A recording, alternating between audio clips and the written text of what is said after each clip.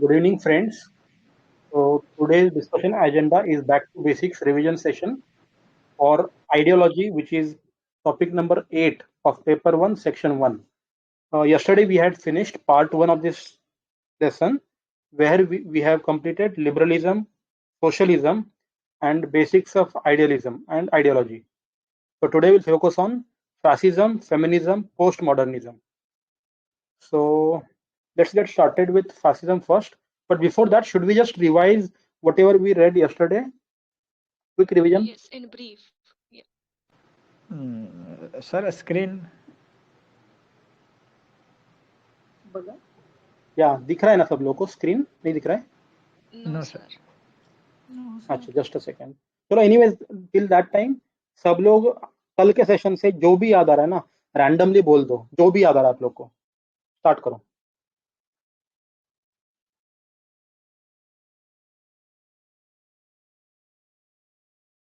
Idealism मैंने जो revise किया है, मतलब जो पीपीटी पढ़ी है उसके according. Idealism, then liberalism, then socialism, afterwards it's I don't know if it is fascism or feminism. Marxism. कौन सा है, but मार्क्सिज्म, देन फेमिनिज्म या फासिज्म. उसके बाद व्हाट इज आइडियोलॉजी. उसके बाद इन सब में सब थिंकर्स हैं.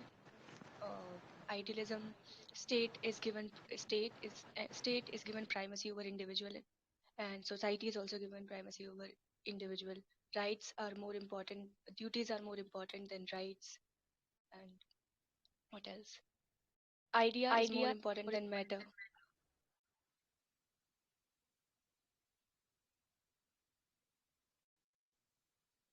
Socialism is a hat that has lost its shape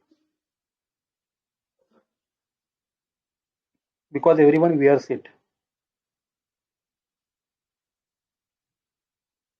और क्या क्या याद आ रहा है?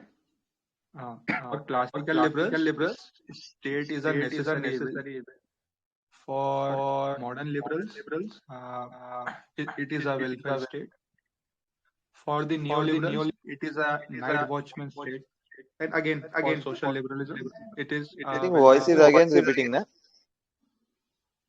नहीं आ रहा है फिर. इसको भी वॉइस रिपीट. एक बार और रिपीट करूं.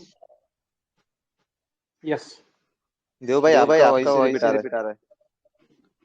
अच्छा, मैं लीव करके एक बार. Actually this is screen sharing. जब से स्क्रीन शेयरिंग स्टार्ट हुआ उसमें से सुदर्शन सर का, देव सर का, सबका हो रहा है रिपीट. दृश्यम सर का भी हो रहा है, इंक्लूडिंग यू. एंड माय अभी भी रिपीट हो रहा है क्या? अभी भी हो रहा है. हाँ. तीन देव बोल रहे थे. वो कम हो जाएगा धीरे धीरे. कल भी हो रहा था ऐसा.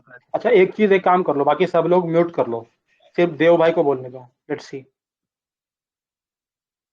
हाँ, ऐसा करते हैं. ठीक है, तो मैं स्टेट का बता रहा था. स्टेट इन लिबरल क्या है, कैसे इवॉल्व हुआ. तो क्लासिकल लिबरल्स की आइडियोलॉजी थी लेटेस्ट पे की. तो they think state is a necessary evil, जिसकी जरूरत है क्योंकि मैन इज सेल्फिश. फिर modern liberals they call in 1930s they call it as welfare state, जो थोड़ा सोशल काम भी करेगा. फिर तीसरे में न्यू लिबरल्स आए. They call state as night watchman और रेगुलेटरी स्टेट. तो इसका काम होगा सिर्फ रेगुलेशन. फिर again social liberals call state as welfare state. Okay. मैं ही एक बार क्विकली समराइज कर लूं क्या? Very fast.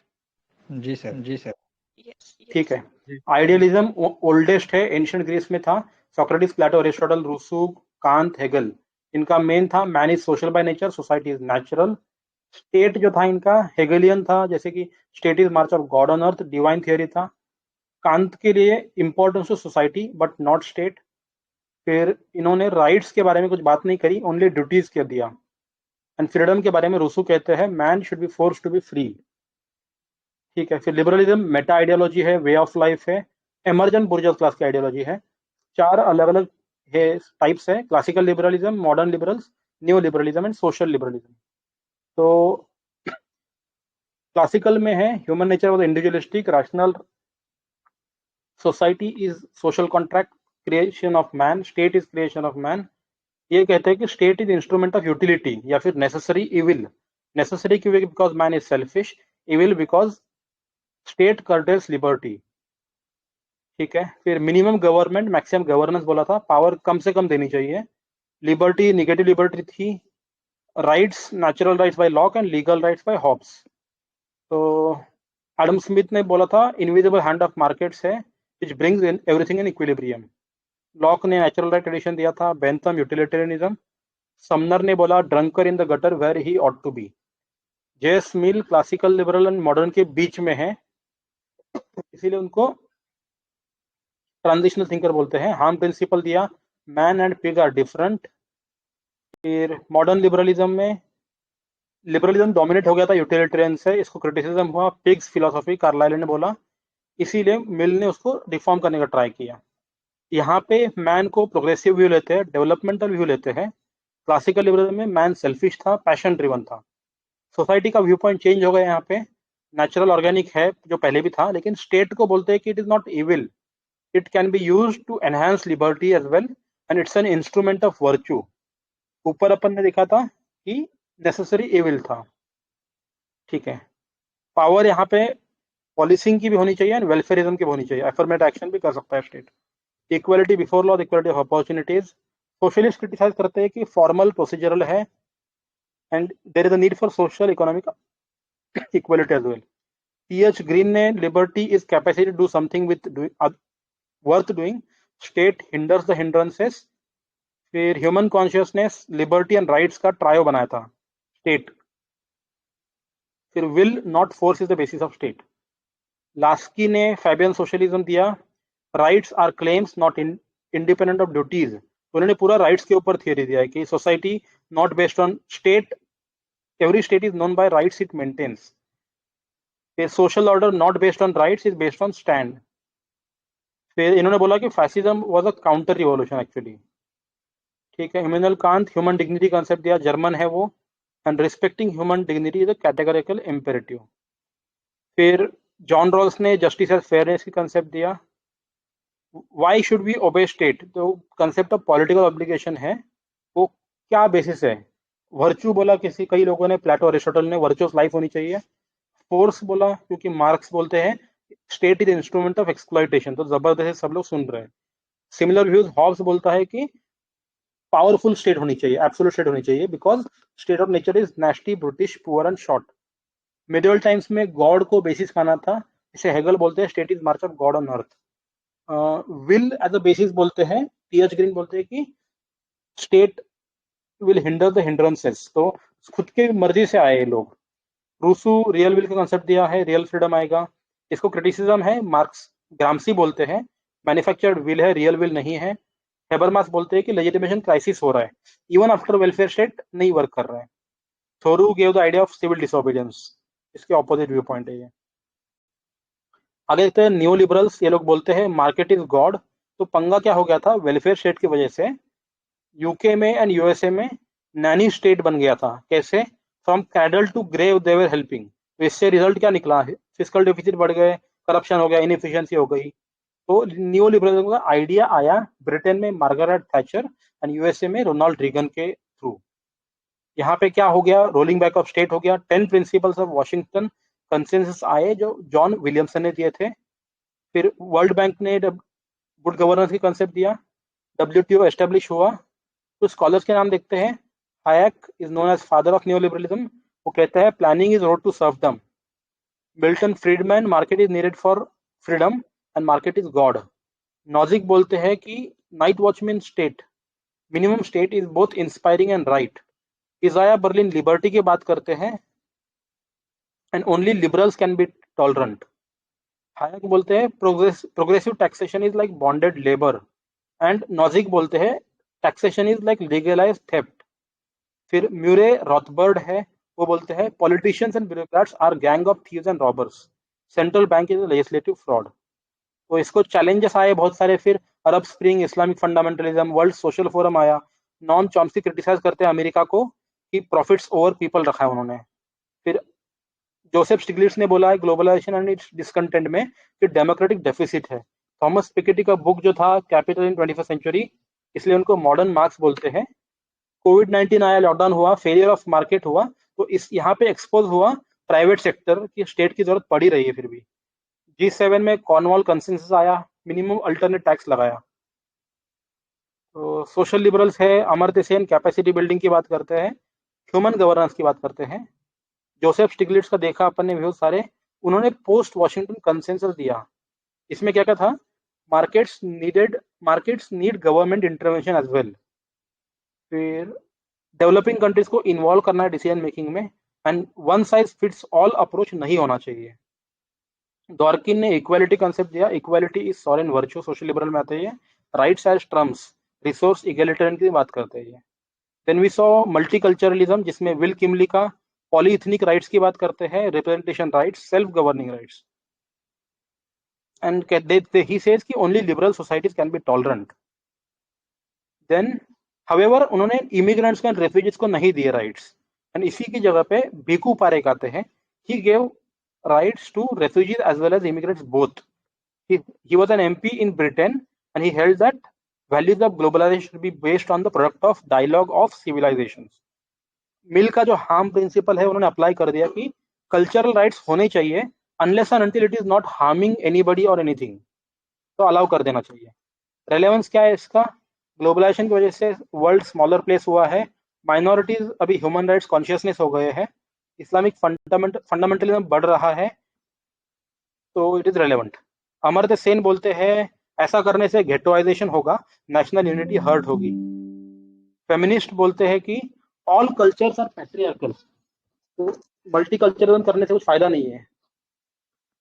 Cosmopolitan scholars obviously बोलेंगे कि भाई ये सब क्यों कर रहे हो, कॉमन एजेंडा लाओ, यूनिवर्सलिज्म कर लो। एंड ऑफ आइडियोलॉजी डिबेट अपन कल देख रहे थे, डैनियल बेल की कंसेप्ट है, उनका बुक ये 1960s 70s में आया था। उनका मानना था कि पॉलिटिकल आइडियाज जो है या फिर पॉलिटिकल आइडियोलॉजीज है वो अब इररिलेवेंट हो गई है because development has taken priority. SM Lipset ने भी सिमिलर कंसेप्ट दिया था एंड उन्होंने बोला कि देयर इज अ कंसेंसस कि western liberal democracy is the best way of life. तो डिबेट खत्म हो गया अब, लेकिन क्रिटिसिज्म इनका करेंगे, मार्क्सिस्ट बोलेंगे कि this is concealed defence of liberalism. MacIntyre बोलते हैं end of ideology is itself an ideology. C Wright means wrong to assume that conflict between labor and capital is over. Robert Cox, another neo-Marxist, बोलते हैं every theory is for some purpose, for some person, for some time. ठीक है, फिर यही debate फिर से रीमर्ज हो गया था जब फ्रांसिस फुकुयामा ने एंड ऑफ हिस्ट्री का थीसिस दिया। उसमें उन्होंने कहा था कि he applied Hegel's dialectical moment of history and he held that USA has emerged as a world state and liberalism has won. लेकिन इसका काउंटर आर्गुमेंट दिया था क्लैश ऑफ सिविलाइजेशंस में सैमुअल पी हंटिंगटन, जो उनके टीचर थे Fukuyama के। उन्होंने बोला कि आइडियोलॉजिकल डिफरेंसेस रिजॉल्व हो सकते हैं बट सिविलाइजेशनल डिफरेंसेस कभी रिजॉल्व नहीं होंगे। ही गेव 8 सिविलाइजेशंस, फिर फॉल्ट लाइन कॉन्फ्लिक्ट थे, कोर कॉन्फ्लिक्ट्स थे। Christian versus Islamic was a fault line conflict, but China versus Christian या फिर China versus America is a core conflict. तो यहाँ से ही ग्रैहम एलिसन का एक कंसेप्ट है थुसीडाइडस ट्रैप। वो बोलते हैं कि जो रिविजनिस्ट पावर है एंड मेन पावर है, super power, they are bound to fight, they are bound to go into war. ठीक है, फिर आगे देखते हैं। महातिर मोहम्मद ने पीएम ऑफ मलेशिया थे, he gave the idea of Asian values. He said Western values are not suitable for Asian societies. Similar argument I think recently जो world summit हुआ था, डेमोक्रेसी समिट हुआ था world का, उसके against China ने बोला था कि वेस्टर्न डेमोक्रेटिक सिस्टम सभी जगह पे अप्लाई नहीं कर सकते। एडवर्ड सेड ने, he was a post colonial scholar, उन्होंने दिया था idea clash of ignorance. Clash of civilisation is actually clash of ignorance. Socialism देखते हैं, कोर वैल्यू है equality. Ideology of modern times है, this is a criticism of capitalism, profit and private ownership. Communism is a sub type of socialism.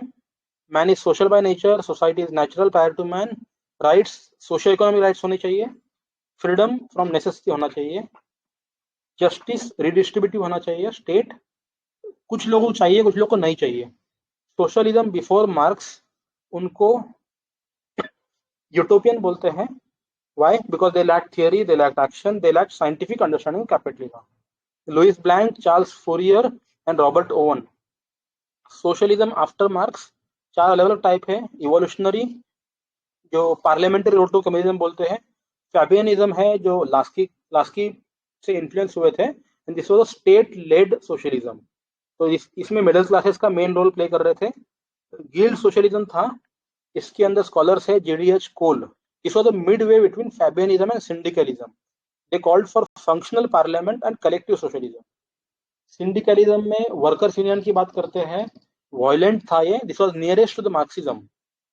And ठीक है, Ferdinand Pollier, Emile Pouget. Then relevance of socialism Marxism क्या है, जो भी अपने points देखे, criticism of liberalism, वही सब कुछ आएगा इसमें। फ्रांसिस फुकुयामा, फिर टेरी इगल्टन का बुक है why Marx was right, Thomas Piketty, capital in 21st century. Emmanuel Wallerstein बोलते हैं मैन हैज ओनली 2 ऑप्शंस, इधर सोशलिज्म और बारबेरियन। ठीक है, world system theory. Orthodox Marxism में लेनिन आते हैं जिन्होंने थियरी ऑफ इंपेरियलिज्म दिया है। रोजा लक्समबर्ग है एक, माओ जेडोंग है जिन्होंने अप्लाई करा। Power flows through the barrel of gun. Marks बोलते हैं violence is midwife of social change. ठीक है, इसके अलावा एक और स्कूल है क्रिटिकल फ्रैंकफर्ट स्कूल या फिर फिलोसॉफिकल मार्क्सिज्म। इसमें हर्बर्ट मार्कसे है जो he gave the book One Dimensional Man. He says science has killed rationality, no ethics. Consumerism हो गया है, बढ़ गया है। मैक्स होकीमर, निगेटिव डायलेक्टिक स्टार्ट हुआ है, प्रोग्रेस स्टॉप हो गया है एंड कंज्यूमरिज्म हो गया है। हेबरमास, लेजिटिमेशन क्राइसिस हुआ है। पब्लिक स्फीयर में आइडिया स्पीच कंडीशन नहीं है, there is need for communicative cooperative action. ये स्ट्रक्चरल स्कूल है एक जो मार्क्स वाला है, आइडिया इकोनॉमिक स्ट्रक्चर है, बेसिक स्ट्रक्चर वगैरह। फिर ग्रामसी भी है जो फादर ऑफ ऐसा कुछ बोलते हैं उनको, थियोरेटिशियन ऑफ सुपर स्ट्रक्चर। फिर अल्थ्यूजर है, आई थिंक आइडिया ऑफ इंटरपेलेशन दिया है इन्होंने, मल्टीपल स्ट्रक्चर से बोलते हैं। ठीक है, आगे देखते हैं अपन। फासिज्म देखना है अभी अपने को आज से। Dasharath sir please read. Okay.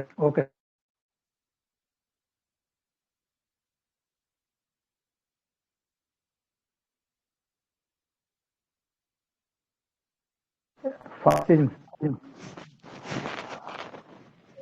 First, I am listening to my voice. Am I audible? Clear it. There's an echo also on my end.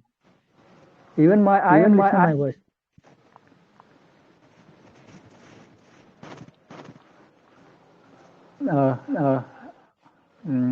Actually, fascism is called a hodgepodge of ideologies.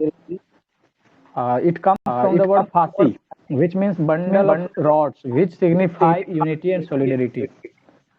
First word here it is written that autarky, which is means economic system under the fascism. Under this, there is non-integration of local economy, means domestic economy with international system.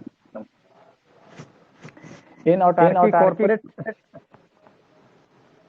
I am listening to myself.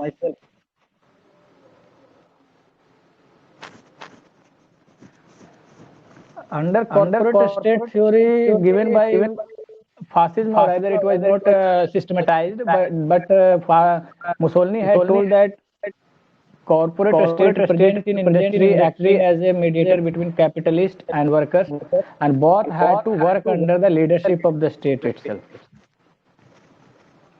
Here it is given that Hannah Arendt, Karl Popper, Lasky, they have actually evaluated the working of the fascism. Before that, sources of influence on fascism is, are like concept of philosophy given by Plato. Machiavelli told ends justify means, no role of ethics in politics. Hobbes' idea of state absolutism. Rousseau's myth of general will. Use of concept of force to be free. Hegel's march of God on the earth. Nietzsche's concept of will to power and the idea of Superman. Bergson's concept of vitality. According to Bergson, passions rather than cold-blooded reason is a life force. Herder's concept of cultural nationalism, Charles Morris' concept of integral nationalism, which I don't know.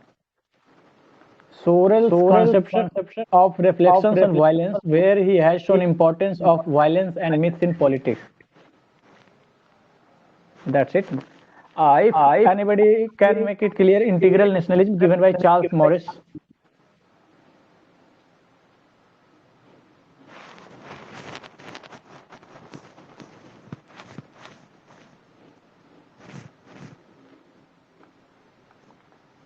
Okay. Let's move ahead. We shall discuss it later. Purpose of fascism was creative destruction of destroy old, create new. The creation of new man, new society, new politics. So, what were the characteristics of new man? So, it should be linked to his community and race. Because of modernity, they have been detached. These are things. Now comes Lasky. He calls it counter-revolutions. Counter-revolution means countering the revolution of communism. Point for substantiating Lasky's views as such.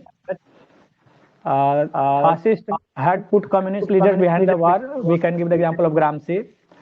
Fascist state had intervened in industry on behalf of capitalist or corporate state. Idea of corporate state signifies this.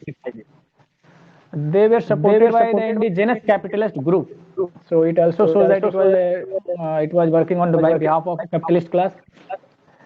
They were supported by the capitalist countries like Britain, where in world history we study that actually Britain had ignored Nazis' expansion and Hitler's expansion. They went for the appeasement of the Germany.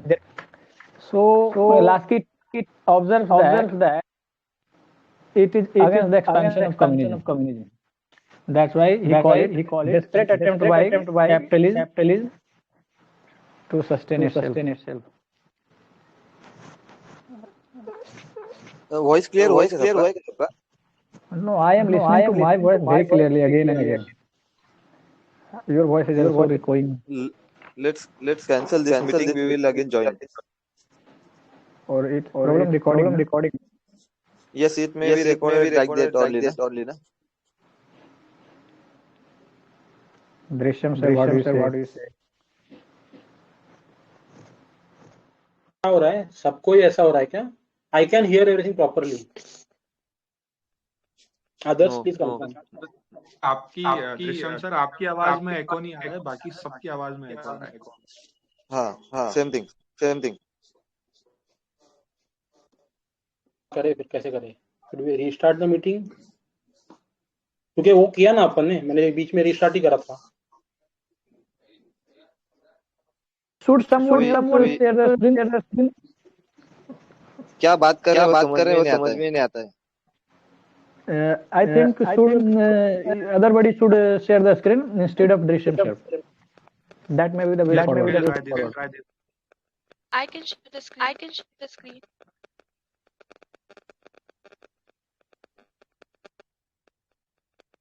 Hello.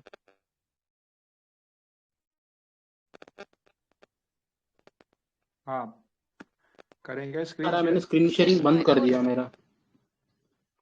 नहीं, अभी There is no echo for everybody. अभी clear है. मेरी voice में eco आ रहा है? No sir, आपका clear है. अब कोई एको नहीं है, अब क्लियर है sir. Okay. My voice is clear? Screen. Yes sir, your voice is also clear. Okay. Screen share करना है तो मैं कर देता हूँ.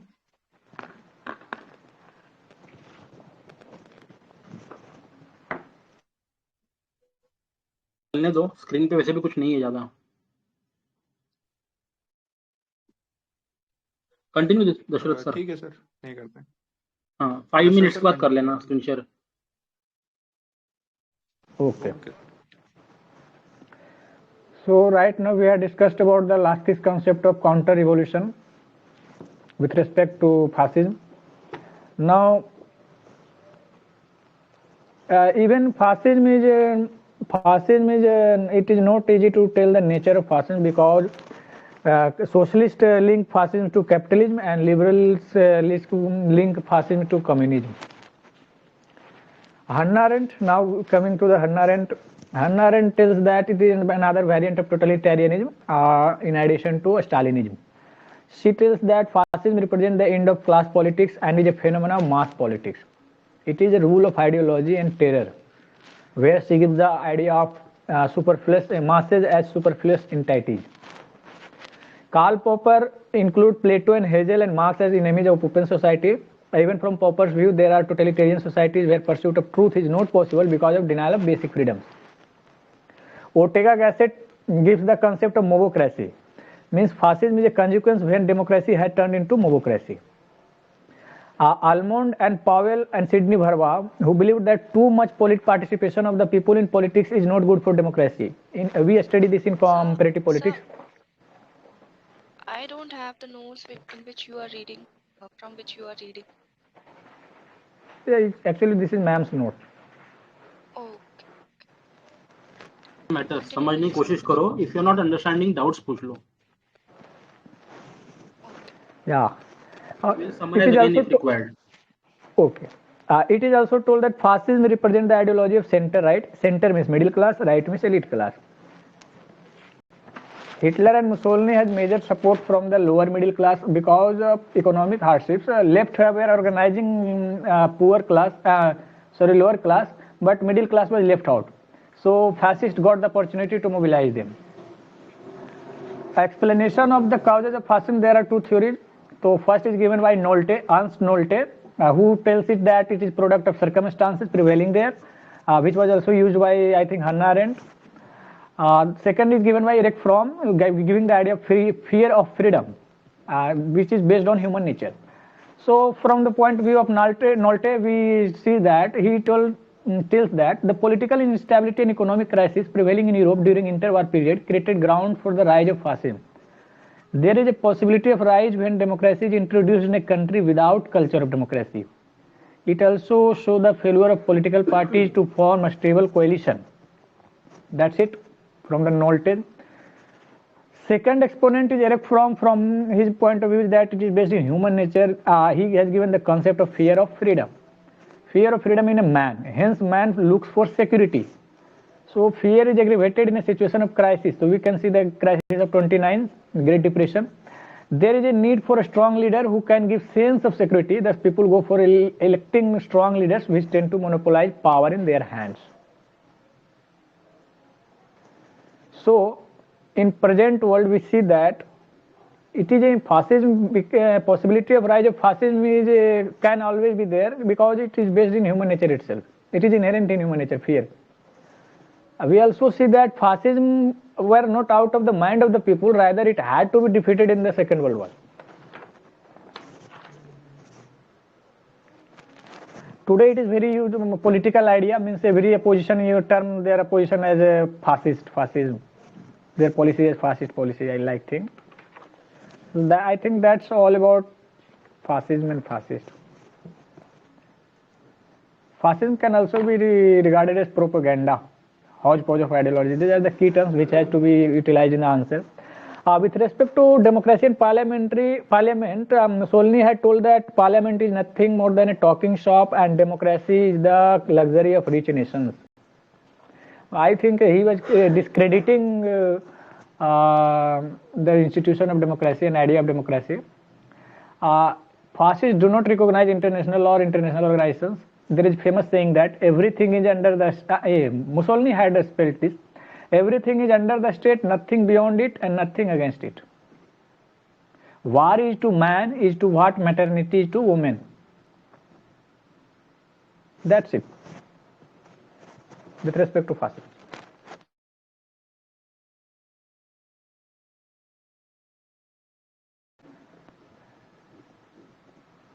Any addition or any doubt if it is there?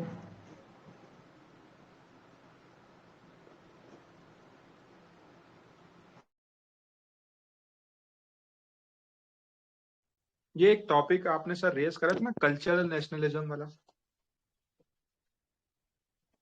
So it's about integral nationalism, not Husserl cultural nationalism. Even Aurobindo had used the concept of cultural nationalism further, but here it is written Charles Morris had talked about integral nationalism. So I am not clear about that idea. Yeah, I'm having Mann's notes in which it is written that Herder gave the Herder used here for fascism the theory of cultural nationalism, which he linked, which I think is linked with Hitler's creative destruction, where he evoked the concept of German race.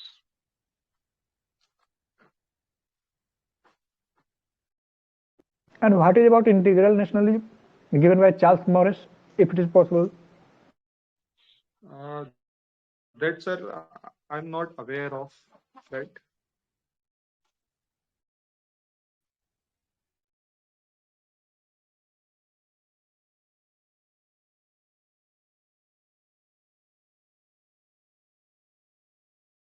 I'd like to add that in notes we must have at least definitions of basic idea.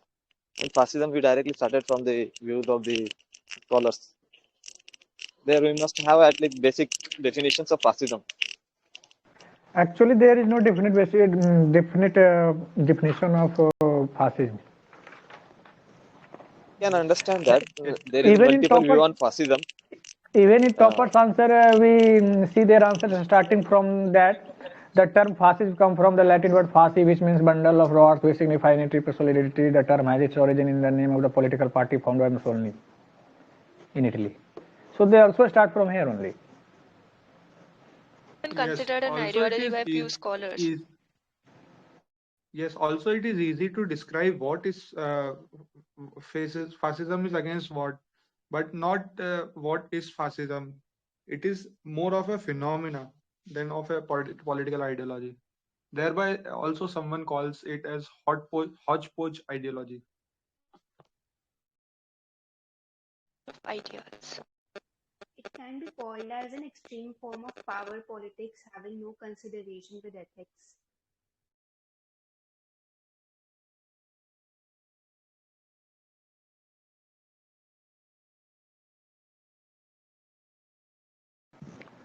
Three, four examples of or variants of fascism are there. Nazism in Germany, Peronism in Argentina, and Japan under Prince Fuminaro.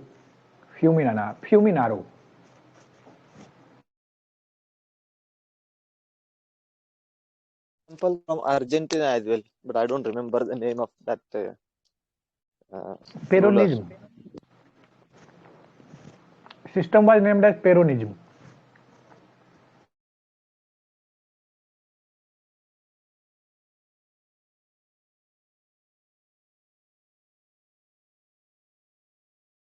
We covered why fascism emerged, because there was not many things written in these notes.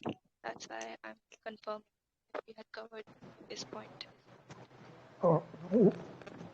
So should I discuss why fascism arose? There were two divisions in it.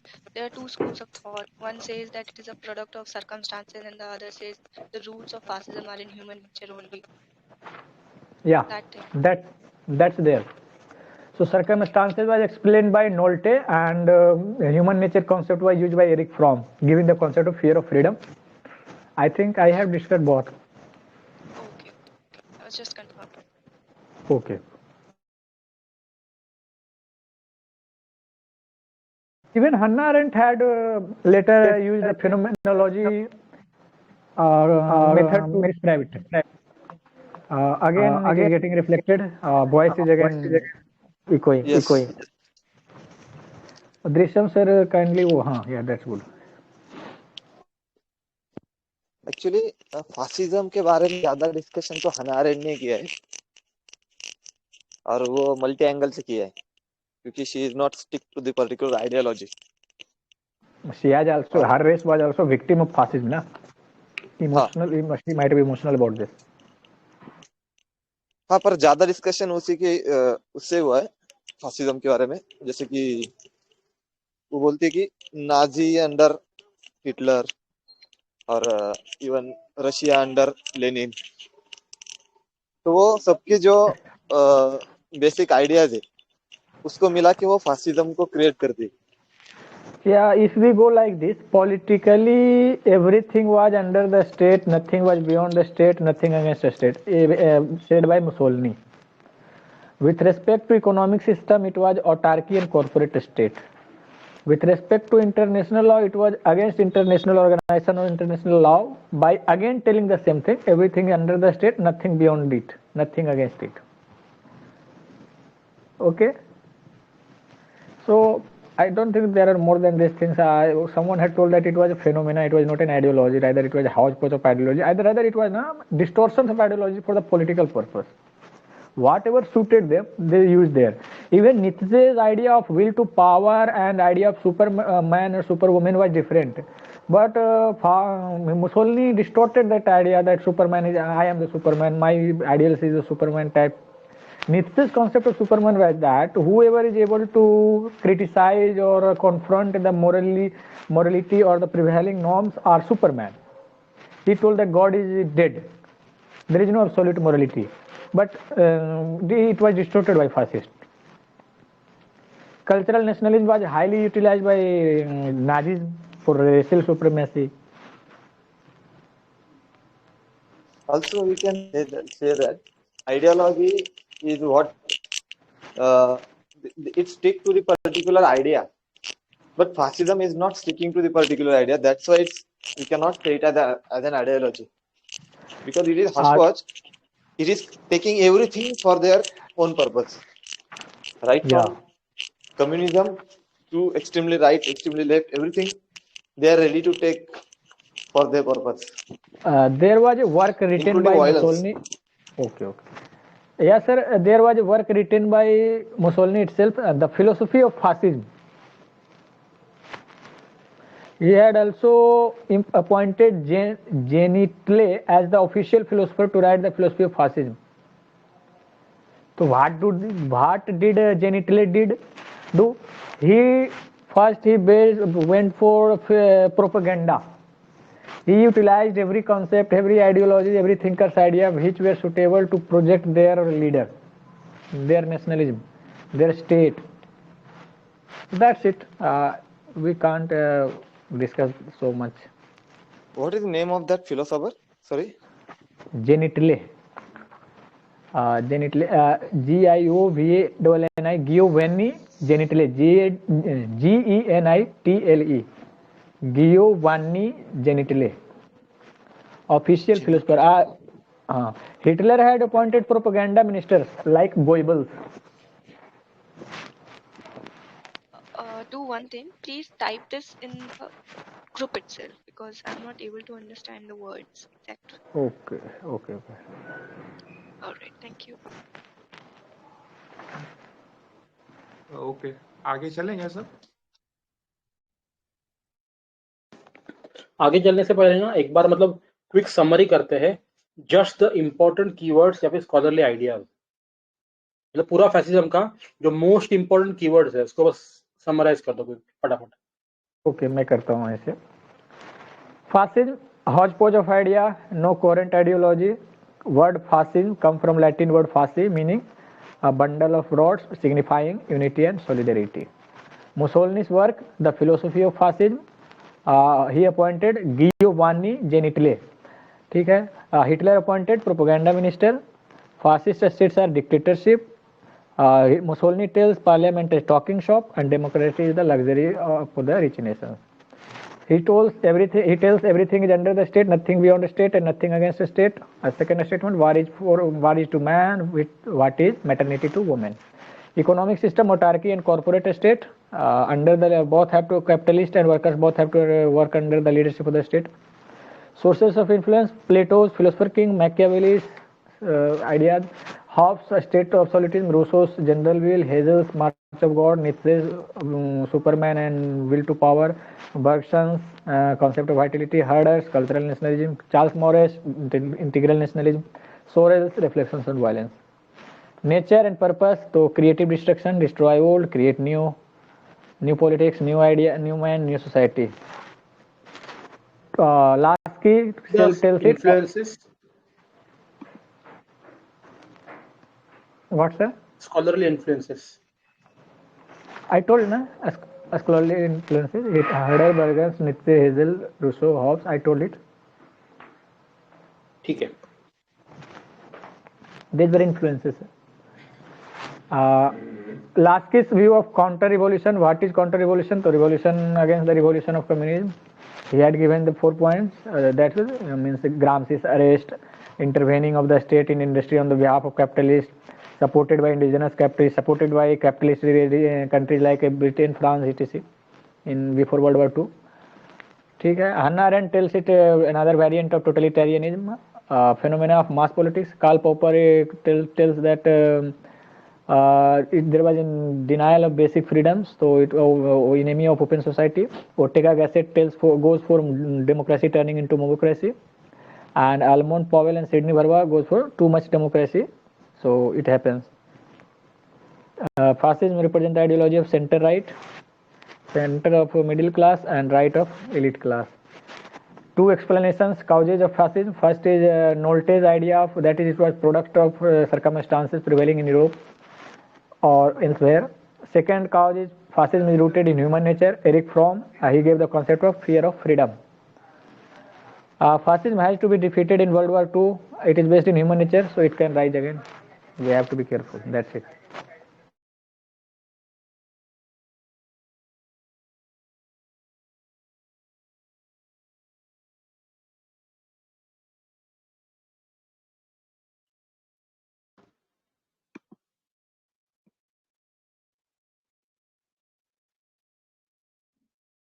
ठीक है, आगे चले.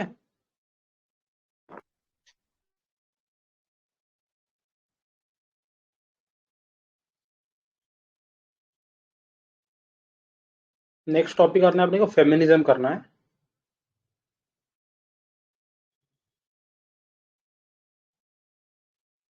Start करें क्या Dasharath sir? Yes, sir.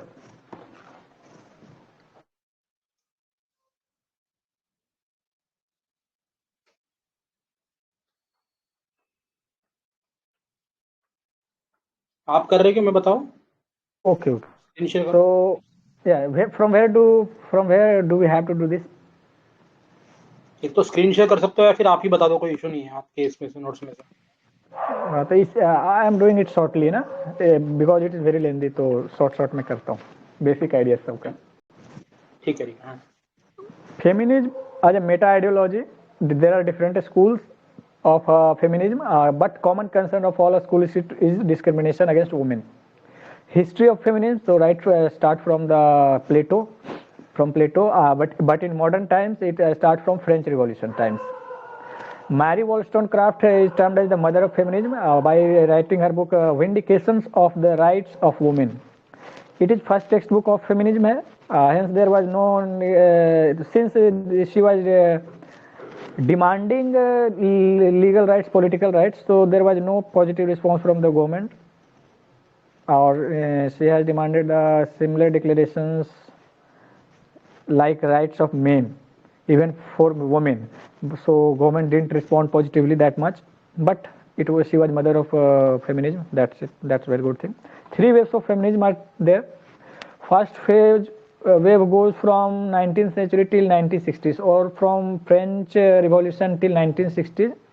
We see the emergence of liberal and socialist feminism. Second wave is from 1960s to 1980s. We can term it as radical feminism.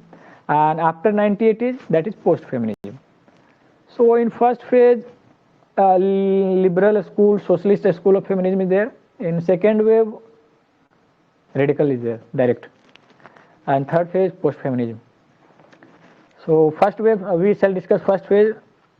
So first wave emerged in 19th century in Western countries, primarily in Britain and USA. Demand of feminism was right to vote to women. At that point of time, it was known as suffragettes. Prominent personalities include Emmeline Pankhurst,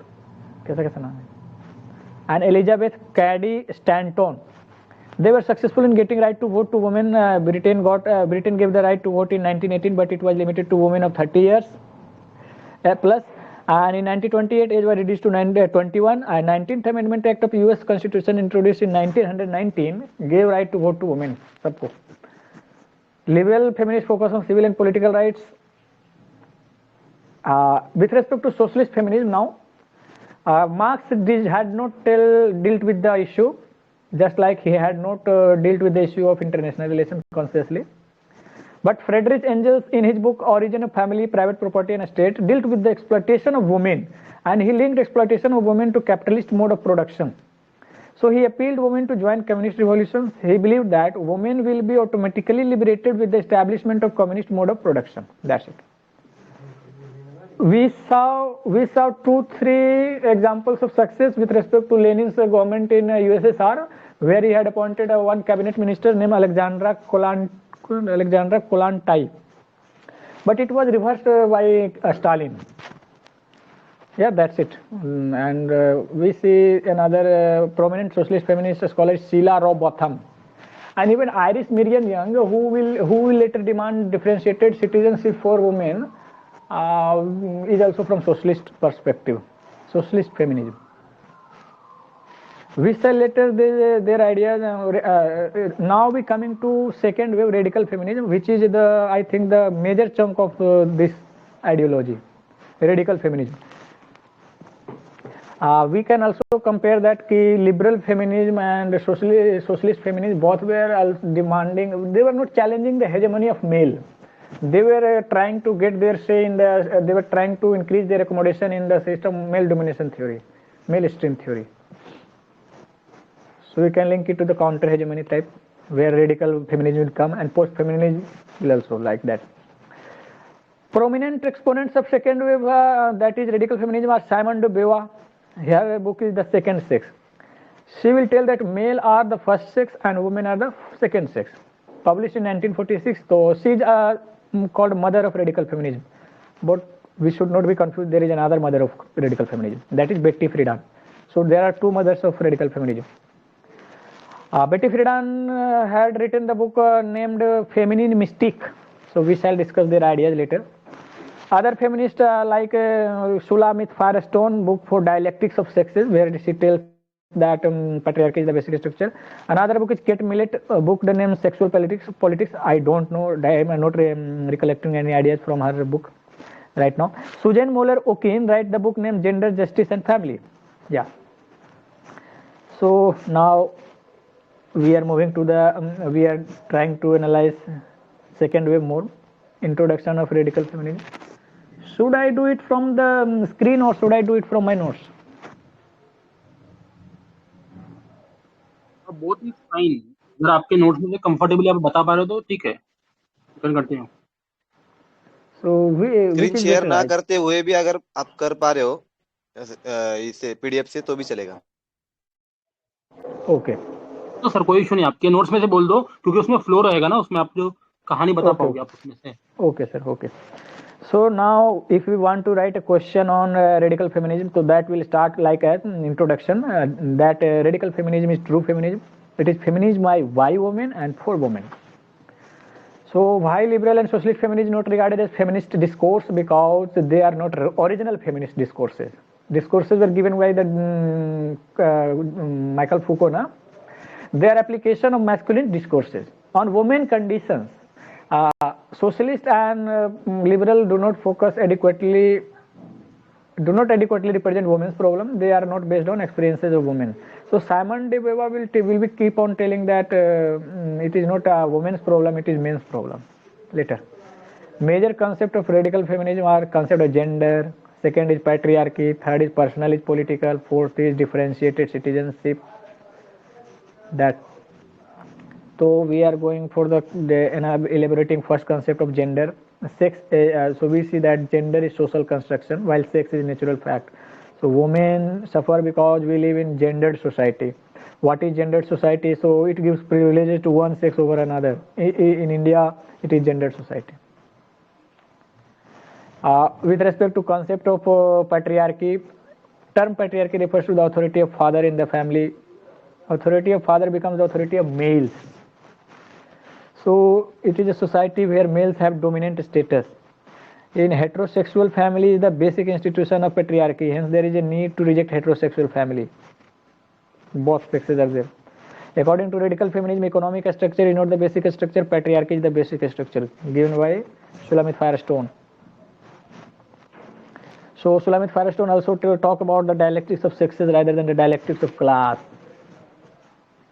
So what are the consequences of patriarchy? So violence against women. We can give the example of Malala Yousafzai, Nirbhaya. According to Susan Brown Miller, so she studies the incidents of rape. She tells rape have nothing to do with the sexual desire. It is an institution of patriarchy to keep women under the constant state of fear of men. That's it. She also tells about don't enter my brown area, but I could not decipher this point. If anybody can.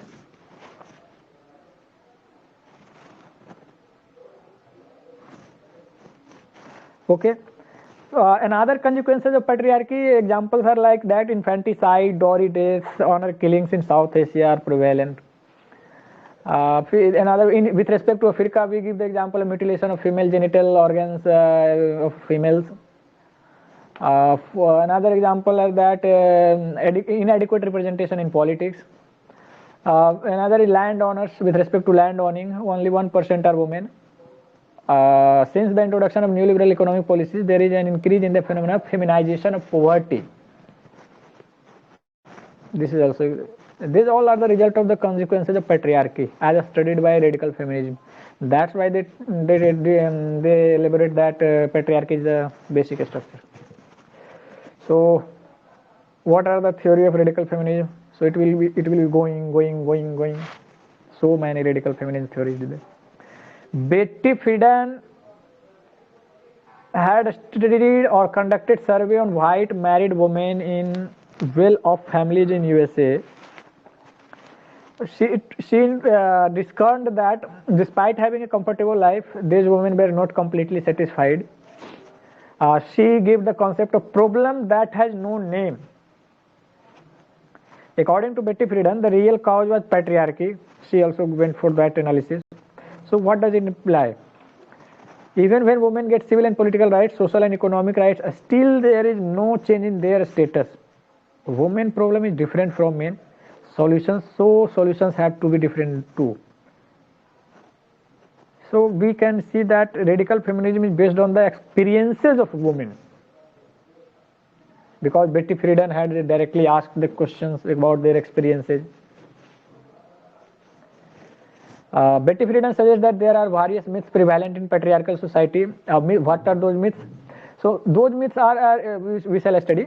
Those myths are responsible for the subordinate status of women, and Betty Friedan gives the concept of feminine mystic. Myths are like that. 2 myths are there. The woman should marry at an early age, and if myth is there that if she will marry at a later age, they will lose attraction. So what are the consequences of this myth? So study is compromised, education is compromised. There is less skill development. So whenever they join working means when they join the work as workforce, so they get paid less. So they are subordinated to male counterparts. Betty Friedan has criticized Sigmund Freud. So Sigmund Freud had given the concept that objective of women should be to appear attractive to men.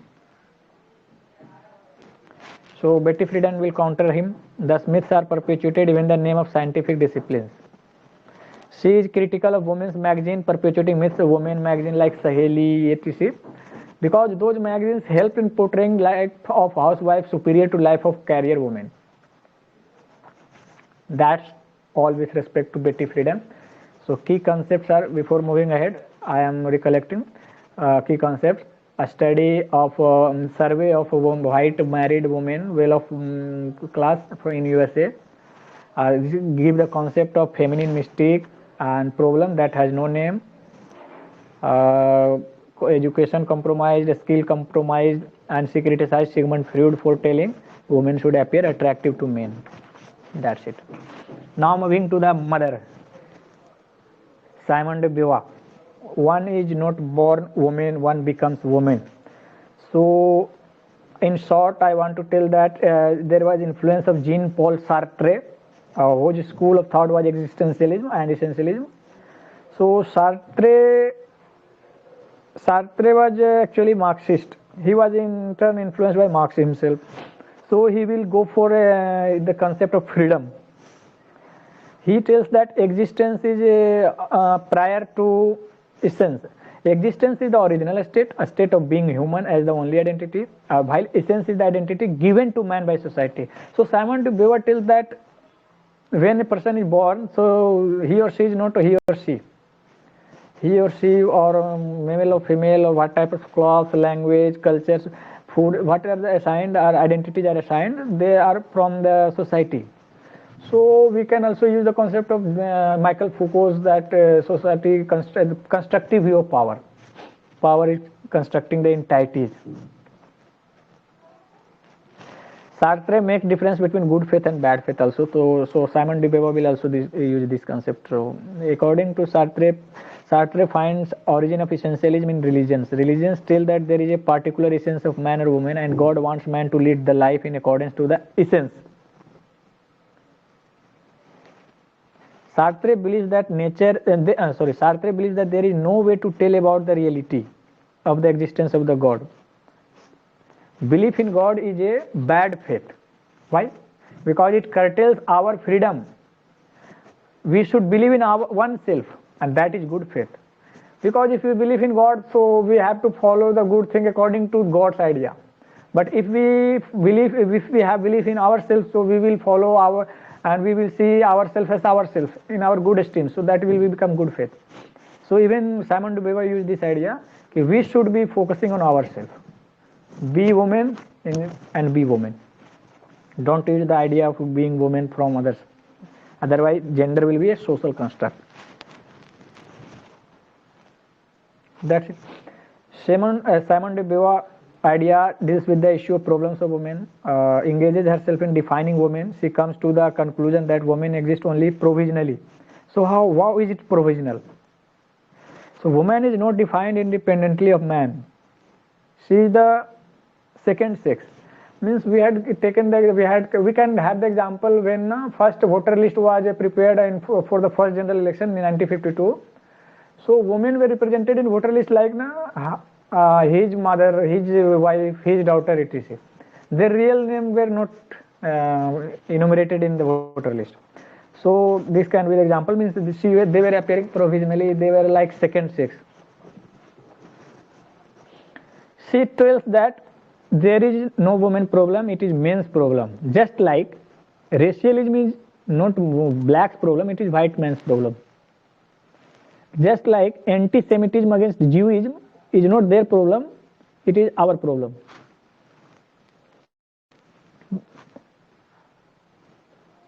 Our problem in the sense that men are very insecure about their personality. उन्हें लगता है कि if the lady is far better than me, तो मेरी इज्जत कम हो जाएगी ना. That's the more elaborate view. Yeah, they don't want to share their privileges. Exactly. So they feel insecure and try to secure themselves only. According to Beauvoir, femininity does not arise from the differences in biology, psychology, or even intellectualship. So feminism, because it is social construct, na? It is a construction of civilization. It is not the essential difference between male and female. It is because of the difference in situations. Man is in dominant positions and woman is in exploited conditions. She also explored certain myths. She told that myths are not just limited to the religious constructions, because in every religion there are myths, God, this, that, whatever they are, but are even perpetuated in the name of scientific theories. Some of myths of the so-called eternal feminism. So she will enumerate those theories, means that eternal feminism, motherhood, lactating mothers, pregnancy. So these are like what we had studied with respect to Mussolini. What war is to men, war is to men, what motherhood is to women. So we can give that examples. Means eternal feminism. if there is true woman, she must enjoy and she must have motherhood. The most important achievement of women is motherhood. She has interviewed a large number of women. So this, so first-hand experience with respect to Beva. She criticized Sigmund Freud. So she also criticized, just like Betty Friedan. Betty Friedan had criticized Freud for that women should appear attractive to men. But here Beva will criticize that Freud had told that women suffer from penis envy and men suffer from castration complex. So with respect to penis envy, women think that why don't they have penis, and with respect to castration complex, I don't know. So rather the fear of being castrated. Castration. So Simon de Beauvoir suggests that just because women undergo different psychological success like menstruation, pregnancy, lactation, it does not mean that they have to be treated inferior. Yeah. These are natural processes.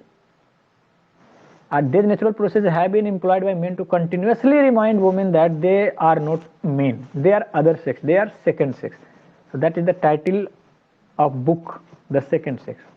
And in the book 2 of the Second Sex book, she tells that the opening line is that one is not born woman, one becomes woman. Woman learn herself and her roles from men, not herself. She also knows herself from men only. The process of becoming woman starts from the birth and continues throughout the life. Yeah, we can easily discuss these things. Women are projected as passive, secondary and non-essential. Okay. Women continue in the state of dilemma with respect to her existence as human, her destiny as a woman. So those who reject eternal feminism like motherhood, pregnancy, lactation, etc., those who refer to be passive, those who put their humanity over femininity are considered as abnormal, defective and unattractive. Means one who break the shackles created by, or the mystic created by male, are considered to be abnormal, defective and unattractive. So here again we can use the idea of Michael Foucault's discourses. Means male has created the discourses. Thomas Kuhn idea of paradigm. So if some female break out of that stereotypes, they are thought to be abnormal, defective and unattractive, etc. She suggests that society does not give opportunity to the woman to be free. Yeah, that's immanence, stagnation, and for male there is opportunity for transcendence. Yeah, they have freedom. So there are some suggestions from Viva. Come out of the comfort of patriarchy, achieve self-reliance, adopt good faith, means believe in yourself, not in God. Go for involvement in working outside, seeking economic justice, participate in intellectual activities. She suggests women to take help of technology to end the dependence on man. And beautifully she says that men and women both can work for improvement in the status of women. That's good. Even while we were studying National Commission of Women, so there was a suggestion that National Commission of Women should also have male members. It has become a stereotype that NCW should be manned by only females with respect to higher authorities. So Simon de Beauvoir can be used there. Her statement is written as a note here. One is not born woman, one becomes woman. So introduction, we will write Simon de Beauvoir tell about radical feminism, and then we will define radical feminist attack, feminist by women, for women like things. She was influenced by Sartre's existentialism. This. According to one who is not born woman, either becomes woman. So eternal feminist idea has to be written there. Male discourses have to be written there. Second sex has to be written there. Good faith, bad faith has to be written there. Provisional existence of women has to be written there. So these things have to be written there in this question, if it is like a question. Now we shall discuss the gender. We had already discussed gender, concept of gender, that is social construct, and patriarchy, that was like basic structure, whatever it is, domination of male. Now we shall discuss the personal is political. So short note there is there. Defining phase of radical feminism first given by Carol Hanisch. So this idea was given by Carol Hanisch, and even personal is International was given by Cynthia and Loya, na? Later. Banana beaches and bases. Or N.J. Tickner. Can anybody recollect it? Cynthia and Loya याद आ रहा Cynthia and Loya, na? Yeah. In her book, Banana Beaches and Bases. जी यही book Yeah. Thank you, sir. So, what does a personalized political signify? So, politics, power struggle, domination is not just limited to public sphere, as we usually observe in our political theory and elsewhere. It is also present in personal sphere within the family. Cynthia only. The separation between personal and political led to neglect of women, not only in politics but also in political philosophy. Because if they are not part of politics, so they also are out of the question of the political philosophy. Cynthia and Loya raises the question, where are women? It points toward the absence of women in both theory and practice in the field of politics. Tradition of separating personal and political started with Aristotle itself. Yeah, we cannot see. Aristotle had confined women to the four walls, and later he also told that she doesn't have the quality to participate in police state. So when Plato was started as feminism, Aristotle went back. He denied citizenship to women, which means participation in the affairs of the city-state. Confined women within the four walls. Yeah. Plato and J.S. Mill.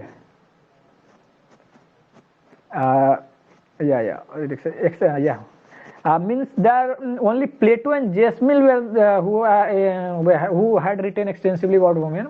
Even Marx had not written about liberation of women. So Susan Moller-Okin in her book Gender, Justice and Families had given 4 implications of the term personal is political. So term was given by Carol Hannis, but it was later systematized by scientifically used and elaborated by Susan Moller-Okin in her book Gender, Justice and Family by giving 4 implications. So what are those 4 implications? In short, there is politics in family. So we can even a state interfere in the domestic sphere. We can use the example of Domestic Violence Act. Second is, it is wrong to assume that a state does not interfere in family. So we already had the example. Third is, family is the first institution of patriarchy. So patriarchy starts from there. From there we can observe it in also international politics. Fourth is, because of patriarchy, women do not have higher skills. We had observed there with respect to Betty Friedan's concept that means because of eternal feminism, they are married off at early age. Sorry, feminine mystique. They are married at early age and they lack in skill, they lack in education, etc. So these are the concept used by Susan Moller-Okin. Means 4 implications of the personal is political. So I am enumerating again it. First is politics in family is there. Second is a state also intervenes in the family. Third is family is the first institution of patriarchy. Fourth is because of patriarchy, women do not have higher skills and face disadvantage in job market and the politics itself. That was all about personal is political. Now moving to the differentiated citizenships given by Iris Marion Young. In short, I am Young. She considers universal citizenship as color blindness. So whatever that color which was not seen, so that was the feminism. She suggests that a state should make a special provision in favor of women to address the disadvantages. So whenever there will be question on feminist theory of a state, so first in intro we write there is no systematic theory of feminist theory, a systematic study of a state from the perspective of feminism, feminist scholars. So, but Catherine McKinnon had told only 2 or 3 scholars. Catherine McKinnon tells that when we study the institutional law, then it seems that a state is male.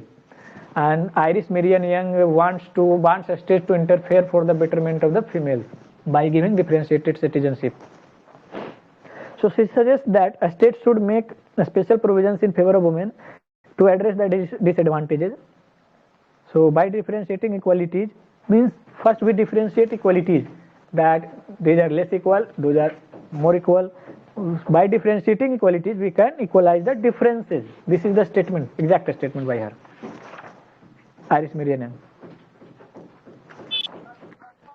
Sorry sir, क्या बोलिए अभी आप? समझ नहीं आए थे last line. Yeah. Her exact statement goes like this. By differentiating equalities, we can equalize the differences. Okay, got it. So first we'll differentiate between equalities. Yes, male are more equal, women are less equal. First we know this, and then we will equalize the differences through a state's interventions, affirmative policies. Differentiated citizenship was the tool which had to be used by a state for equalizing those differences. Means बोलते हैं ना कि ladies first, this is the ladies line. These are things like differentiated application of differentiated citizenship.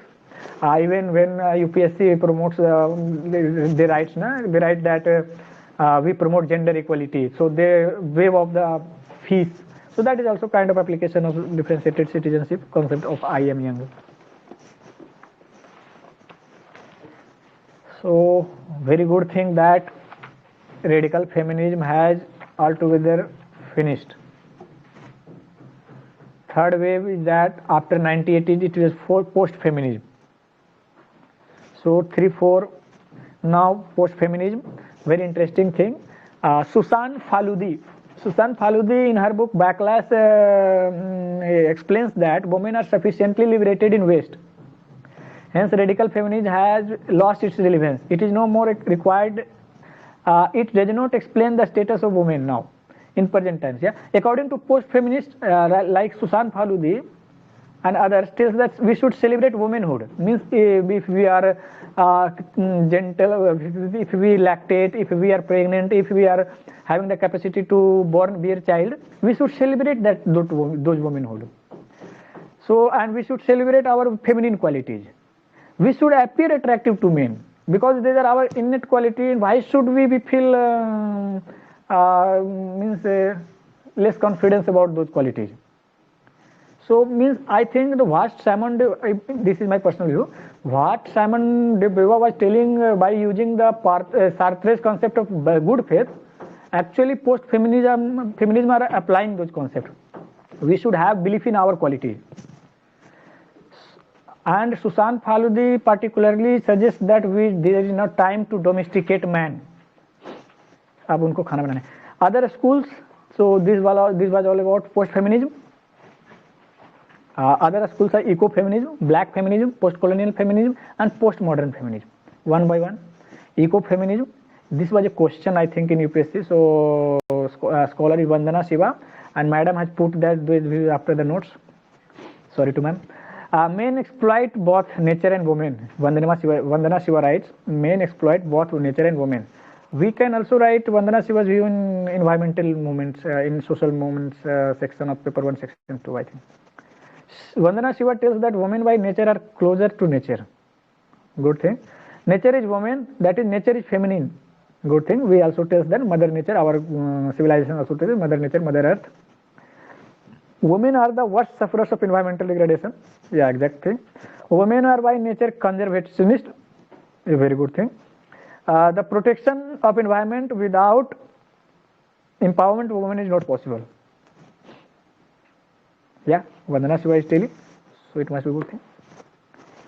So she is actually linking the nature and women and their feminine characteristics, and she also gives the solution of linking the empowerment of women for the environmentalism. Black feminism, there are two scholars, Bell Hooks and Angela Davis. Only idea written in this topic is that the problems of black women are different from white women. Obviously, they also suffer of racialism, and they also suffer the male domination in their race as well as other domination of the white men. In post-colonial feminism, we also study that. There are two scholars, Chandra Mohanty Talpade and Sarojini Sahu. They write that the problem of women in post-colonial society is different from Western world, as they are under triple burden of gender, race and neocolonialism. So yeah, we can see that if we observe the economically, politically, so they are still under neocolonialism, effect of policies of neocolonialism. We can give the example of new economic policies, feminization of poverty, etc., missing women type. There also the burden of race, there also the burden of gender. These are the post-colonial feminism. If we consider with respect to India, so we can also say that additional burden on women with respect to Dalit women, scheduled tribe women, that they are also face the wrath of untouchability, etc. Yeah. Caste, right? Yeah, exactly, sir. Caste. Caste burden, yes. Fourth is postmodern feminism is there. Postmodern. So we should move toward postmodern idea of Kuhn, Foucault, Derrida, Lyotard, etc. Scholar Judith Butler, she is quite famous, I think. She tells that woman is a debatable category. Yeah, now she is using the concept of deconstruction given by Derrida. So woman is a debatable category. She will question the category itself. Gender is constructed through language, using the idea of discourses of Foucault. Gender is performative word. I don't know what does she mean by performative word. Can anybody explain it? Let me complete it. There is no single basis of defining women, no single method of dealing with women problems. So I think she has directly applied the ideas of postmodernism to feminism. What does a performative word mean? Gender is performative word. So means if we assign the word gender to any quality, that means it performs some function. This is according to me, but can anybody make it further clear? I think gender is like, अगर female gender है तो खाना बनाना है, अगर female gender है तो बच्चों की केयर करना है, मतलब they have to perform some function because of their gender, ऐसा कुछ होगा वो, मतलब it is just a classification, that's it, ऐसा कुछ. आई थिंक मैंने इंटरनेट पे सर्च किया तो वो बता वर्ड कि आई थिंक कि ये परफॉर्मेटिव वर्ड का मीनिंग ये होगा कि यहाँ पे सिंगल मीनिंग नहीं है, मल्टीपल मीनिंग्स हो सकते हैं जेंडर के. जो मैंने सर्च किया उसके अकॉर्डिंग ये है कि जो एक्शंस आपको परफॉर्म कराए जाते हैं, मतलब एक्सपेक्ट किए जाते हैं डिफरेंट जेंडर्स से, वो डिफाइन करते हैं उनको, ना कि वो पैदा ही ऐसे होते हैं. जैसे वो बोलते हैं ना, one is not born women rather becomes a women. अरे परफॉर्मेटिव मतलब वही एक्टिव पे डिसाइड किया जाए कि कौन से जेंडर का, मतलब फीमेल है कि मैस्कुलिन है. Your voice was not clearly audible. Can you repeat that? जो कहता है कि एक्टिविटी बेस्ड जेंडर डिसाइड किया जाता है परफॉर्मेटिव वर्क का.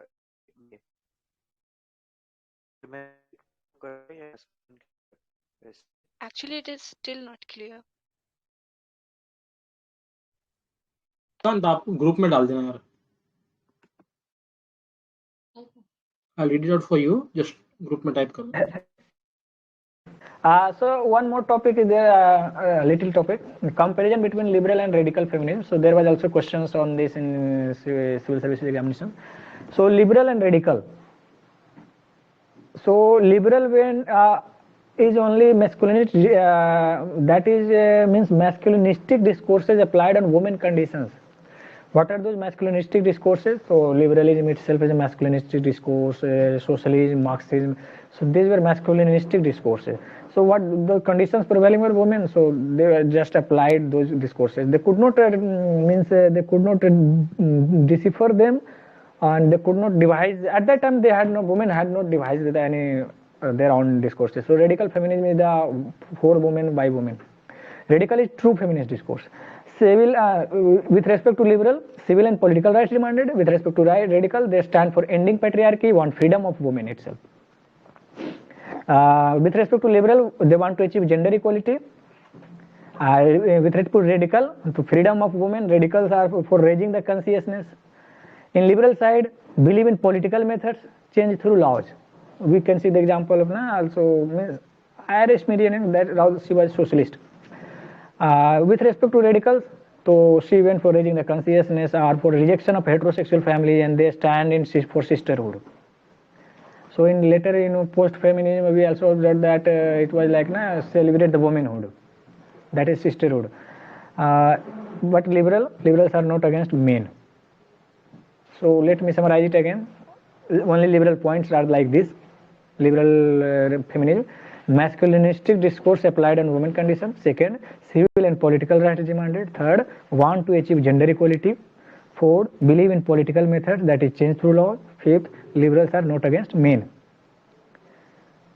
With respect to radical, liberals and radicals with Indian national movements, moderate and extremists. okay. With respect to radical feminism, these are called true feminist discourse by women for women. They stand for ending patriarchy. They want freedom of women. Next point, radicals are for raising the consciousness. Last point, radicals are for rejection of heterosexual families and they stand for sisterhood. So यहाँ कह सकते हैं कि they can also be against men because means in post feminism Susan Faludi had gone for domesticating men. So that are those ideas. But rather those are in post feminism, not in radical. That's all with respect to feminism.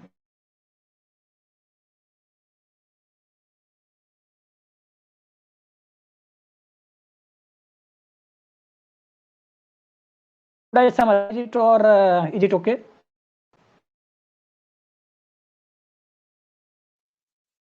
मत करो, बस keywords बता दो quickly, just keywords, just one or two keywords here and there. Right from the okay, great. Systematically, I will just tell the keywords.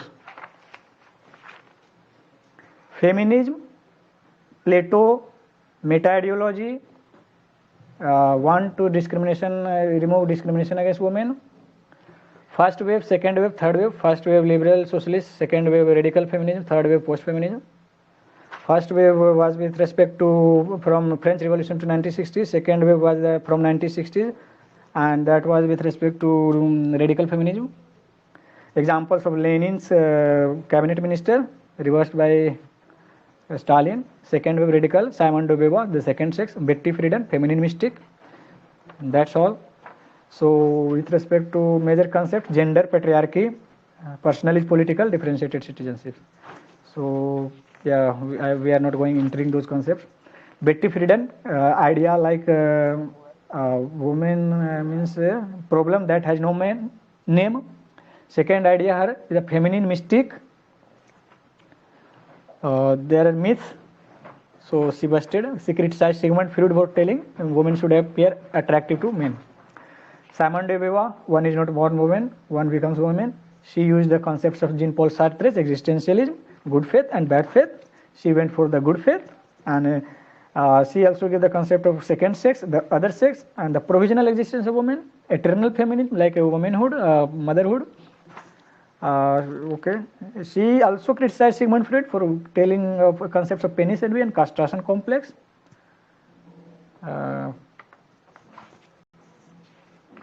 That's it. Concept radical feminism, personal and political. Concept coined by Carol Hannis, deciphered by Susan Moller-Okin. 4 ideas in personally political, politics in family itself, a state in family, personal, and first institution of patriarchy is family, and because of patriarchy, women do not have higher skills and education. It is Iris Marion Young. It goes for differentiated citizenship. She calls the color blindness of the universal citizenship. Her famous statement is that by differentiating equalities, we can equalize the differences. Third wave, post-feminism, Susan Faludi, celebrate womanhood, domesticate men. There's sufficient equalization in West. Vandana Shiva, ecofeminism, linked nature and women. Black feminism, Bell Hooks and Angela Davis told that black problems of black women are different from white women. Post-colonial example scholars Chandra Mohanty Talpade and Sarojini Sahu. Triple burden concept, gender, race and neocolonialism. Post-modern feminism, Judith Butler. So she will reconstruct itself, feminism itself. Debatable category, constructed through language. Gender is performative word, and no single basis of defining women, no single method of dealing women, and comparison between liberal and radical. That's it.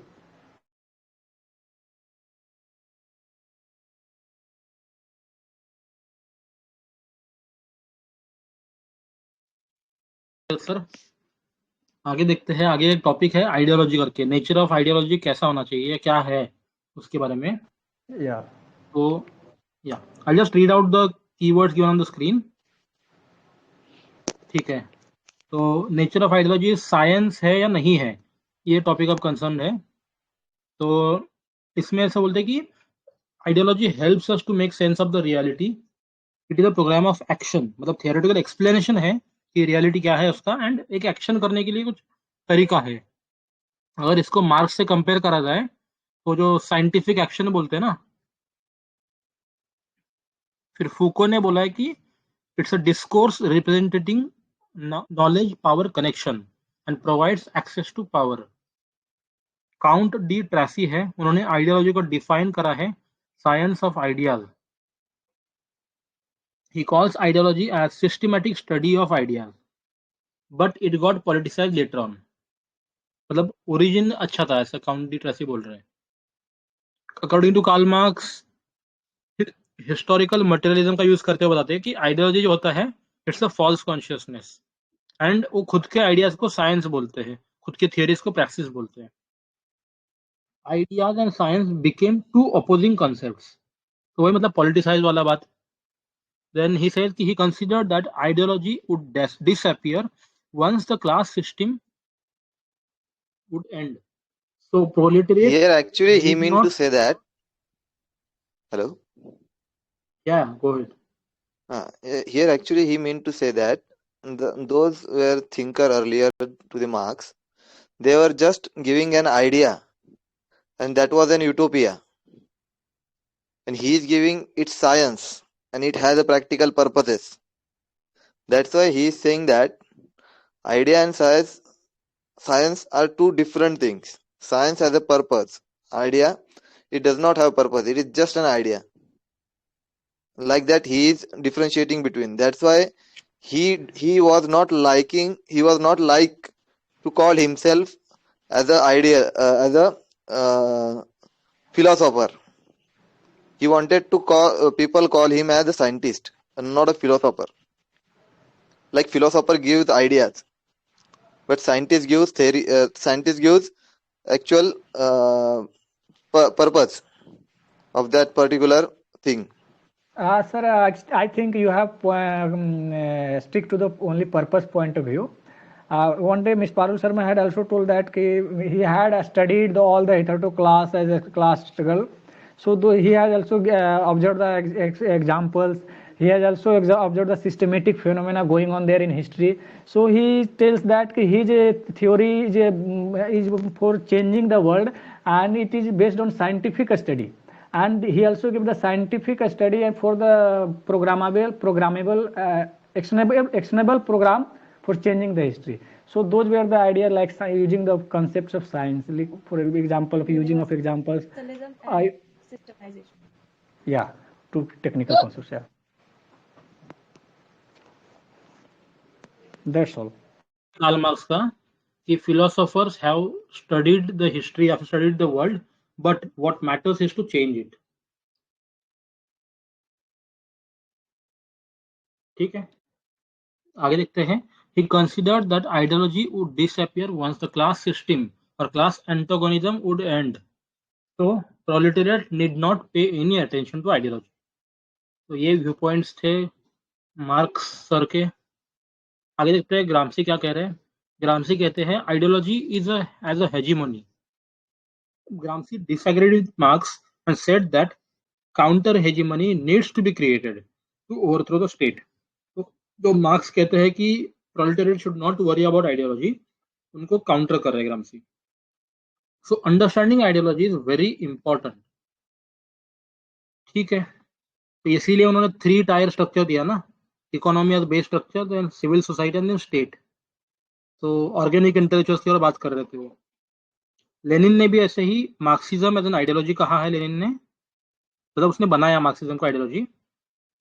Karl Popper criticise Marx as a determinist not open for falsification, so it's not a That's why science. actually Lenin, we call Lenin as a Peter. The reason behind it, main reason behind it, this Marx don't want an ideology, and Lenin make Marxism itself an ideology. Correct.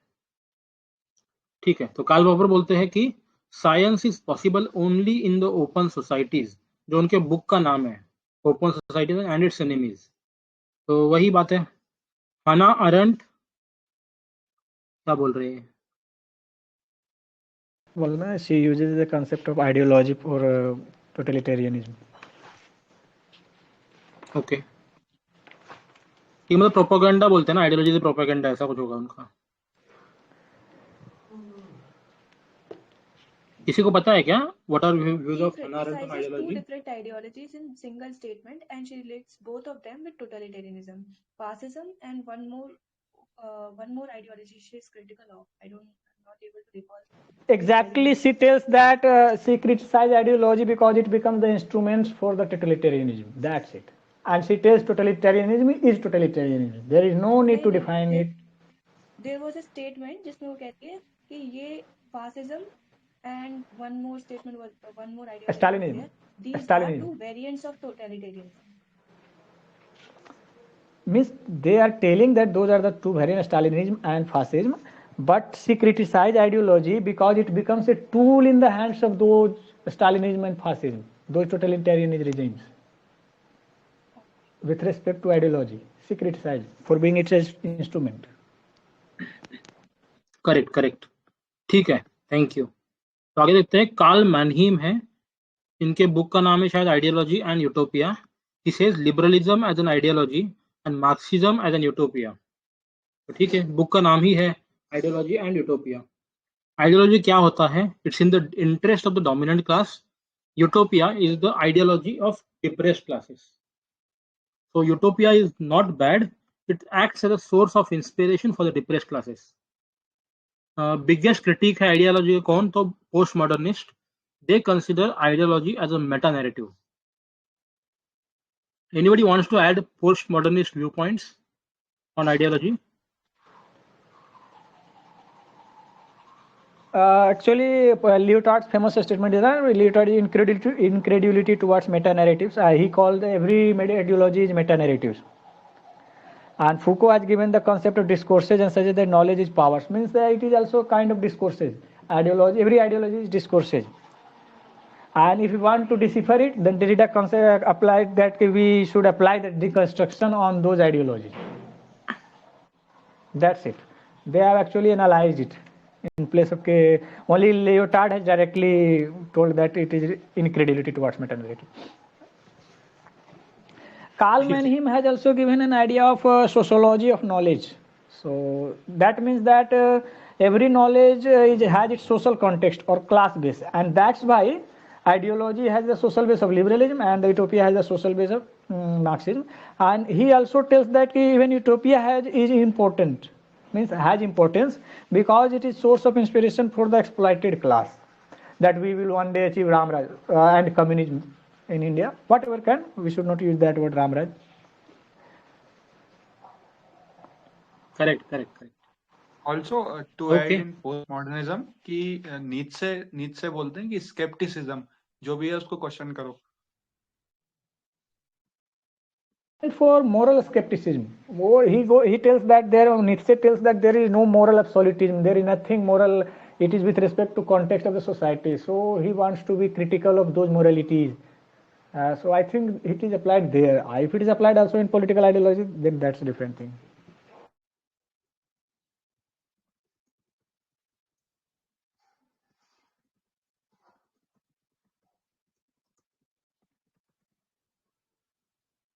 Here, in place of Nietzsche, his disciples means postmodernism was inspired from Nietzsche, na? So here Derrida tells for the deconstruction, applying his idea of skepticism. Yes, basically skepticism in literally we can say that questioning the established. So if you want to study the postmodernism, Nietzsche is called the father of postmodernism. So he had given the idea of a skepticism, and Derrida used those ideas in political science. That was ठीक है, अपन आगे. Okay sir. Next topic ही अपना actually वही है कि post modernism. Next topic अपना वही है post modernism. So let's get started with it. So postmodernism emerged as a set of ideas after World War II. Postmodernism is both a movement as well as intellectual reaction to the consequence of modernity. It can be best understood as a critique to modernity in which the science had become the hegemonic discourse, which considered that there existed fundamental truths which could be known objectively. तो basically science and modernity का क्या main हो गया था hegemony कि there are certain fundamental truths which needs to be discovered and can be done objectively. तो इन सब का क्रिटिक है ये साइंस का मॉडर्निटी का. ठीक है, तो प्रोमिनेंट स्कॉलर्स है इसमें Nietzsche, Einstein, Thomas Kuhn, Derrida, Foucault, Lyotard. देखते हैं one by one. I will quickly read out the points given on the notes, then we can discuss. ठीक है.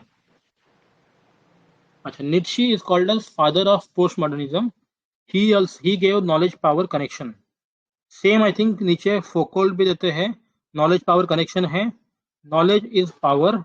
He gave the concept of discourses and disciplinary power की बात करते हो तो governmentability and biopower. Does anybody wants to add on Foucault? बहुत कुछ है Foucault का. Everything is there with respect to him only. हाँ, एक दो आंसर ही है, डिस्कस कर लो Foucault का. चलो डिस्कस करते हैं, पहले बता दो.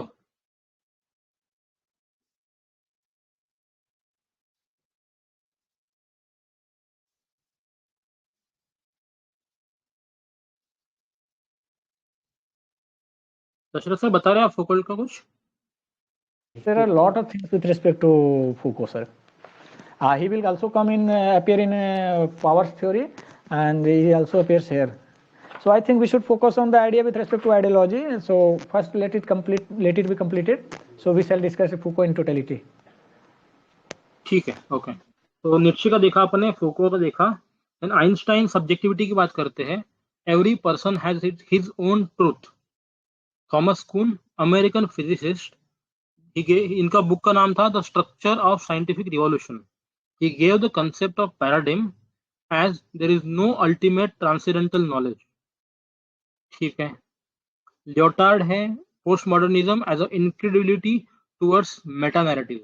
मतलब बहुत सारे अलग अलग नैरेटिव की तरफ हम जा रहे हैं. ऐसा incredulity का मतलब क्या होता है?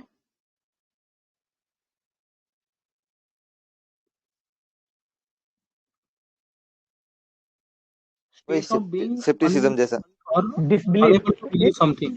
Yeah, disbelief, sir. Disbelief. We shall not believe. Disbelief है. हाँ, मतलब डोंट बिलीव एनीथिंग, ऐसा कुछ. ठीक है. Foucault देख लिया अपन ने. Derrida, he gave the concept of deconstruction. Any understanding is a misunderstanding. ठीक है. That's all that is there in the notes of postmodernism. बाकी अपने अपने नोट्स ओपन कर लो and please give value addition जो भी लग रहा है आपको. एक्स्ट्रा कीवर्ड्स जो पता होने चाहिए, इंपॉर्टेंट है. I think there are a lot of value additions with respect to this theory. So बताओ, if you allow, I can release. Okay. Yes, please. So okay. वो एक बात बताना, वो पावर के बारे में जो बताया, आवाज ब्रेक हो रहा है आपका.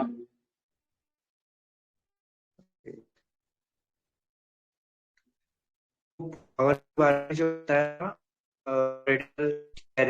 और बिल्कुल भी नहीं आ रहा है सर. बाकी लोग को आ रहा है क्या?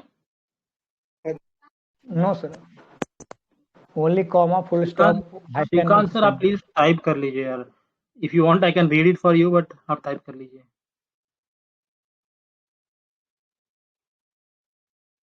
Sir, so should I proceed? हाँ please.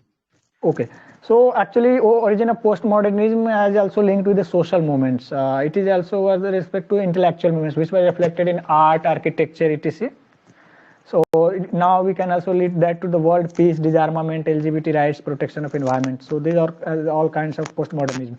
With respect to protection to environment, we can the idea of sustainable development is itself an idea of postmodernism. I think earlier we were focusing on the economic growth, but we are now also including the idea of sustainability and inclusivity in these things. Disarmament is also postmodern because I think modernity had culminated in nuclear bomb. So there is talk of disarmament as postmodern movements. Other world peace, when there is enough war based on technology and whatever there, so now we should move toward the peace. LGBT rights, So sexual, bisexual, now all sexual. So these are the basic things. It arose after the Second World War. The theme was that this challenged the view of science, objectivity. Here means influences on postmodernists were like Nietzsche is called a father, and when it was having the influence of Albert Einstein. So Nietzsche had given the concept of will to power. That means we should have the power to challenge the ongoing discussions and the constructions. And he also gave the concept of Superman, which was used by fascists to position their leader as the Superman. Where it was told that one who is able to challenge the discourses, means discourses were not there. One who challenged the conventional morality is called Superman. So they became the guidelight torch bearers for the postmodernism. Ideas which had led to the evolution of postmodernism is Karl Marx, a difference between base and superstructure. So we should be able to look beyond what is apparent. We should also think, we should be critical. What is apparent is not real. So Karl Marx had told, superstructure is the reflections of the base. So he went for the studying of basic structure. Gramsci's idea of hegemony and common sense also inspires. Althusser's idea of interpolation also inspires. Einstein's idea of theory of relativity inspires. Karl Popper's idea of falsification, because every theory must be open for critical examination or falsification. Otherwise, it is not science. Ideology, we are not being called science because of not open for falsifications. Yeah, those are these things. With Lyotard, I think it has been done. With respect to Foucault, there are a lot of things. He gave the concept of discourses. Discourses emphasize on the speech act. Discourses are the systematic, I think we should be. Discourses are the institutional way of speaking and writing. It puts the limit, it determines the limit of what can be said and thought. So discourses power. He gives the macro view of power. Earlier it was told that the macro view of power is with the state only. There is famous statement that whatever we know as truth is not the limit of knowledge, rather it is the limit of our knowledge.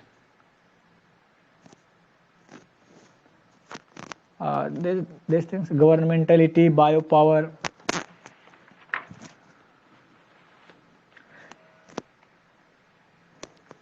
Example of use of Foucault's theory is that Edward Said had used his concept by giving the concept of Orientalism,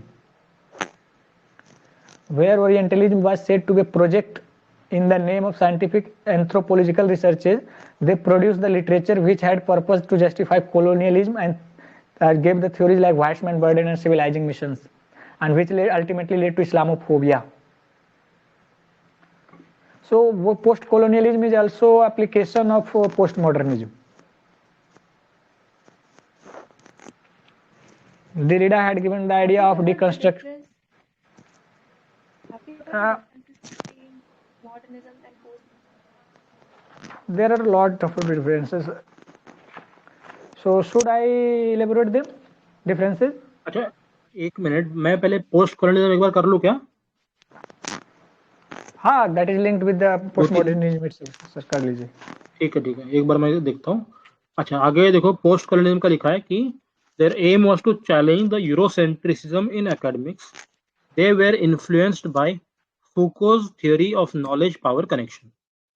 ठीक है, तो मतलब main वही है कि knowledge and power is interlinked, and जो भी political theories थे एकेडमिक्स में वो सारे के सारे यूरोसेंट्रिक थे. तो प्रोमिनेंट स्कॉलर्स इसमें जैसे अभी एडवर्ड सेड का नाम लिया था, he gave the concept of orientalism. उन्होंने बोला कि study of the east is not free from knowledge power connection. Study of east is to establish hegemony, child like, feminine and barbarian. ये क्या point है?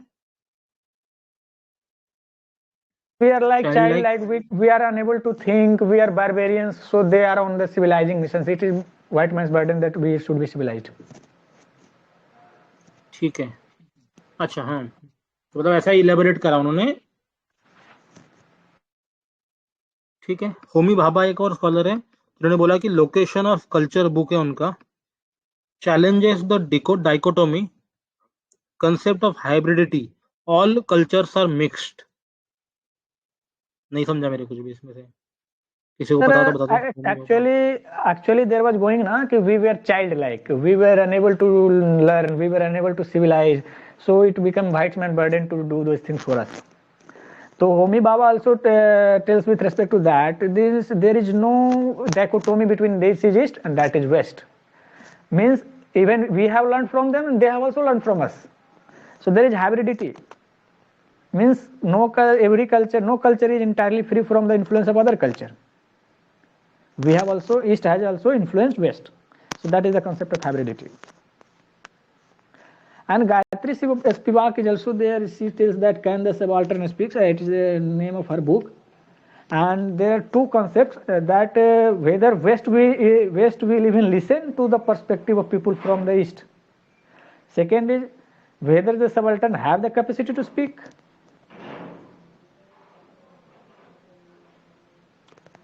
So these were the application of postmodernism. We grasped it. So we can also tell that postmodernism. Modernism was that British historians were studying, archaeologists were digging the graves, and it is whatever it is, archaeological sites. So they constructed a history with respect to India, and we deciphered, and we now telling that whatever they have produced, the literature, history, or the whatever explanation they had constructed, they were from the perspective of Britishers' hegemony.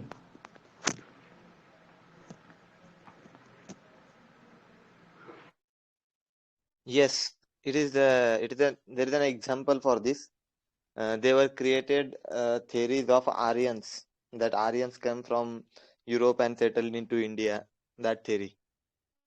But later it proved to be a wrong. Same with Harappa and Harappa civilization as well. They said that they were Aryan, and they were connecting their origin to their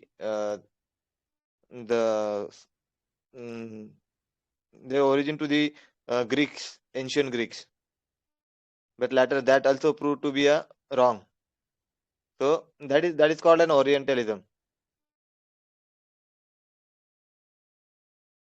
Yeah. So that's why I think Edward Said has quite aptly told that means Orientalism is a project. It was taken as a project to position themselves as superiors. That's why people in Orient are interpolated to the extent that they do not have an ability to understand the reality. Yeah, this is the application of Althusser's idea of interpolation. Wow, very good examples you have given. Thanks. So should we differentiate modernism from postmodernism? One more example is that in Indian history explanation, British divided the era like a Hindu history, then they called as Muslim history, then they called as British history. Like that, they divided Hindus and Muslims like that. Hindu history and Muslim history. They are dividing for their own purpose. Yeah, these are the applications of the project of Orientalism. So, what to do now? Should I differentiate or move ahead?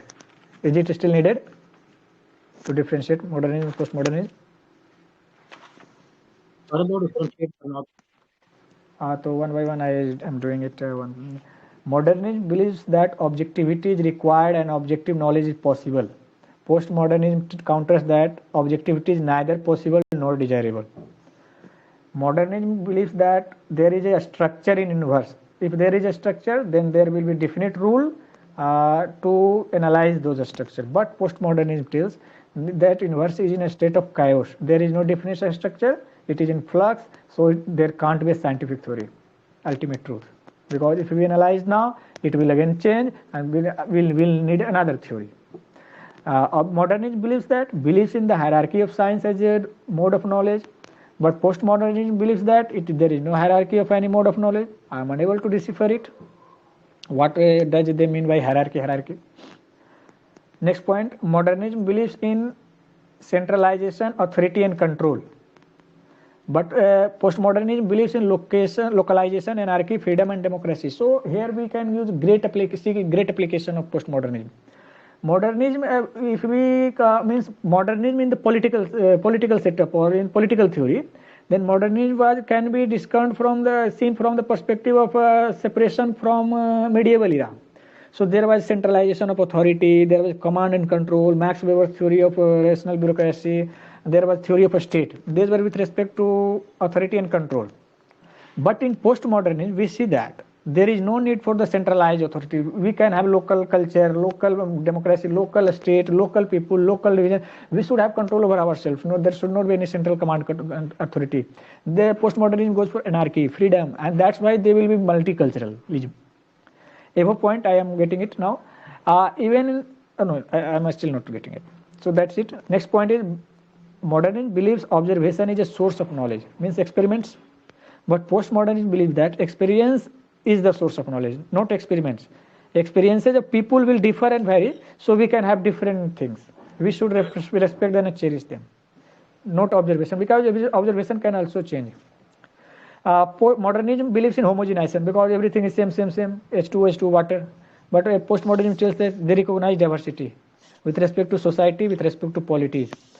Modernism believes in foundational truth, one meta-narrative or grand theory, that there is science, there is idealism, liberalism, communism. But postmodernism believes that in multiple narratives and reject one grand theory. So postmodernism goes for democracies and accommodations.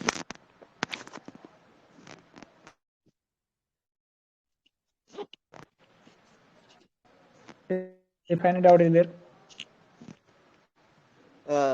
Sir वो आप थोड़ा group पे वो आप उसका जो differentiation है उसका एक फोटो डाल देंगे क्या?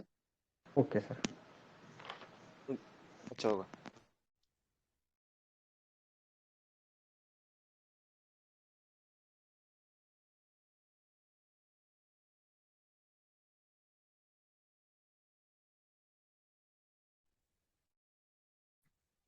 There was a topic with means a query regarding biopower. Na? Foucault has given the concept of biopower and has shown that people are able to discipline their body and mind on the basis of discourses which were created by the society. So we ourselves control and regulate our body and mind both. So that is called biopower.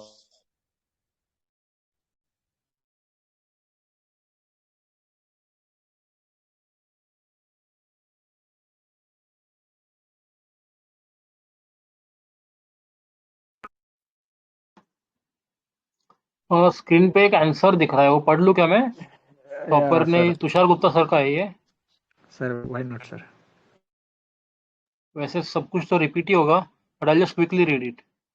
Post modernism को short note है ये. तो post modernism is a set of ideas emerged after World War II. It is both a movement as well as intellectual reaction to the consequence of modernity. It can be best understood as a critique to modernity, in which science has become hegemonic discourse and considered that when some fundamental truth which could be known objectively. Nietzsche, father of postmodernism, argued that there is no ultimate knowledge. What we know is the limit of our knowledge and not reality. Einstein gives the concept of subjectivity and says that truth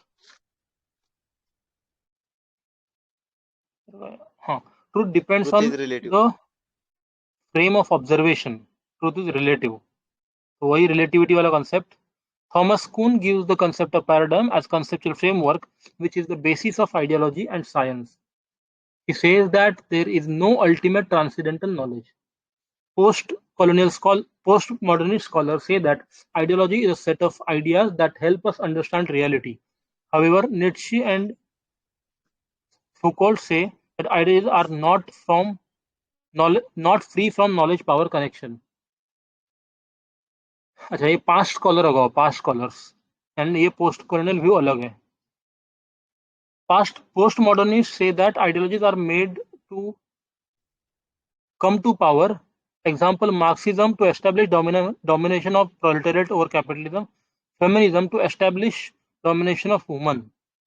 Postmodernists say ideologies as a meta-narratives, and Lyotard calls postmodernism as incredulity to meta-narratives, and so Derrida suggests to go for deconstruction and double reading.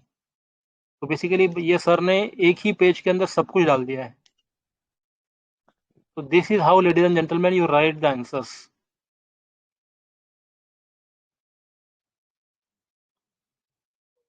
बढ़िया है.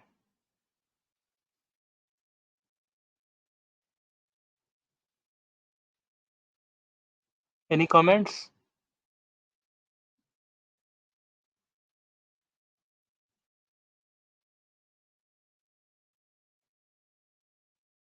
कुछ कहना है कि किसी को?